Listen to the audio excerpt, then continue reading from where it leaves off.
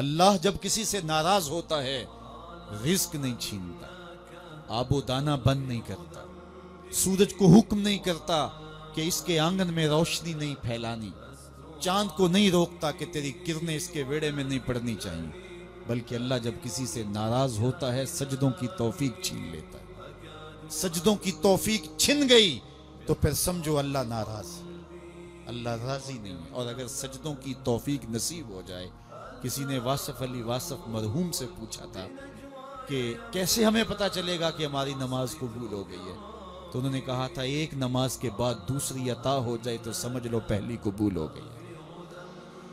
تو نمازوں کا نصیب ہونا یہ اللہ کی رضا اور اللہ کی خوشنودی کی دلیل ہے، اور سجدوں کی توفیق کا چھن جانا یہ اللہ کی ناراضگی کی دلیل ہے۔ میں اور آپ دیکھیں کہ ہم کہاں کھڑے۔ دیکھیے دولت تو کفار کو بھی ملتی ہے، اللہ دولت اسے بھی دیتا ہے جس سے راضی ہے، اسے بھی دیتا ہے جس سے نہیں راضی، لیکن سجدوں کی توفیق اسے ہی دیتا ہے جس پہ وہ راضی ہے۔ تو 5 گانا نماز شعار زندگی بنا لیجئے، نماز قضا نہ ہونے پائے۔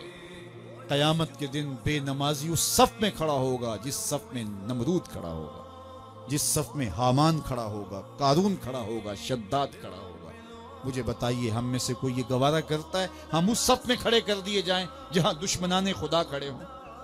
آج کوئی نماز پڑھے یا نہ پڑھے، حشر کے دن حکم ہوگا کہ اللہ کے حضور سجدہ کرو، ہر کوئی سجدہ کرنا چاہے گا، جو نہیں پڑھتا وہ بھی کرنا چاہے گا، لیکن بے نمازی کی کمر اکڑ جائے گی، وہ آرزو رکھنے کے باوجود سجدہ نہیں کر پائے گا۔ قرآن بتاتا ہے کچھ لوگ جہنم کو دھکیلے جا رہے ہوں گے، انہیں کچھ لوگ پوچھیں گے ما سلککم فی سقر، تم جہنم کو کیوں جا رہے ہو، کیا ہوا تمہیں؟ تو وہ جواب میں کیا کہیں گے؟ لم نکو من المصلین، ہم نماز نہیں پڑھا کرتے تھے۔ سب سے پہلا حساب قیامت کے دن جو بندے سے لیا جائے گا وہ نماز کا لیا جائے گا۔ پہلا سوال بندے سے یہ ہوگا۔ یار چڑیاں بھی رب کی تسبیح بولیں اور اشرف المخلوقات سویا رہے، جب صبح کا وقت ہوتا ہے حشرات الارض بھی بلوں سے نکل کے رب کی تقدیس کے ترانے پڑھ رہے ہوتے ہیں، درختوں کی شاخوں پہ چڑیاں پرندے وہ بھی اللہ کی تقدیس کے ترانے پڑھ رہے ہوتے ہیں، حشرات الارض بھی اس کی تقدیس کے گیت گا رہے ہوتے ہیں، اور اشرف المخلوقات خراٹے لے رہا ہو، اس سے بڑی بد نصیبی کیا ہو سکتی ہے؟ آئیے 5 گانا نماز شعار زندگی بنا لے۔ اس مجلس میں اگر کوئی بے نمازی ہے تو آج عزم مصمم کر کے یہاں سے لوٹے کہ آج کے بعد نماز نہیں چھوڑوں گا، اور اگر آپ 5 گانا نماز کی عادت رکھتے ہیں تو آپ کو مبارک ہو، لیکن یہ عزم کر کے جائیے اپنے گھروں میں، اپنے اعزاء و اقرباء اور اپنے دوستوں میں اس زور سے تلقین اور تاکید کریں گے نماز کی کہ وہ پکے نمازی بن جائیں گے۔ بندہ بندگی سے سجتا ہے، زندگی آمد برائے بندگی، زندگی بے بندگی شرمندگی۔ اگر زندگی میں بندگی نہیں تو زندگی کے پلے ہے کیا؟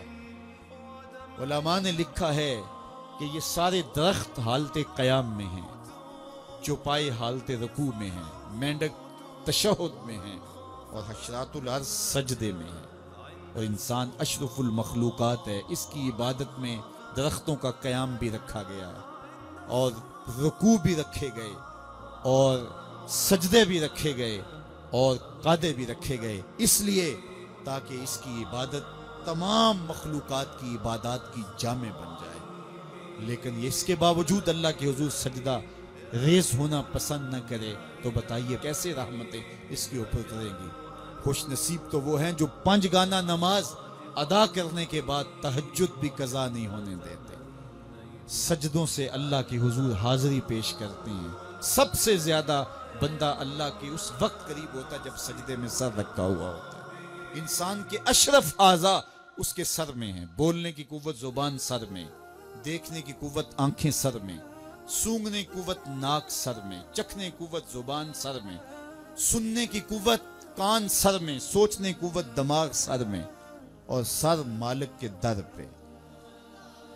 ناک بھی رگڑ رہا ہے، پیشانی بھی رگڑ رہا ہے، اور زبان سے کیا کہہ رہا ہے؟ سبحان ربی الاعلی، مالک مجھ سے نیچے کوئی نہیں، تیرے سے بالا کوئی نہیں۔ ان